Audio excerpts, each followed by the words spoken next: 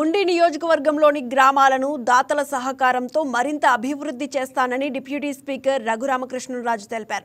పశ్చిమ గోదావరి జిల్లా ఉండి మండలం చెరుకువాడ రాజులపేటలో మంచినీటి చెరువు చుట్టూ వేహం కాఫీ సిఎస్ఆర్ ఫండ్స్ సహకారంతో నిర్మించిన ప్రహరీ గోడను ఆయన ప్రారంభించారు. అనంతరం హైస్కూల్లోని ప్లే గ్రౌండ్ సందర్శించి మెరుగైన వసతులు కల్పిస్తామని రఘురామ తెలిపారు.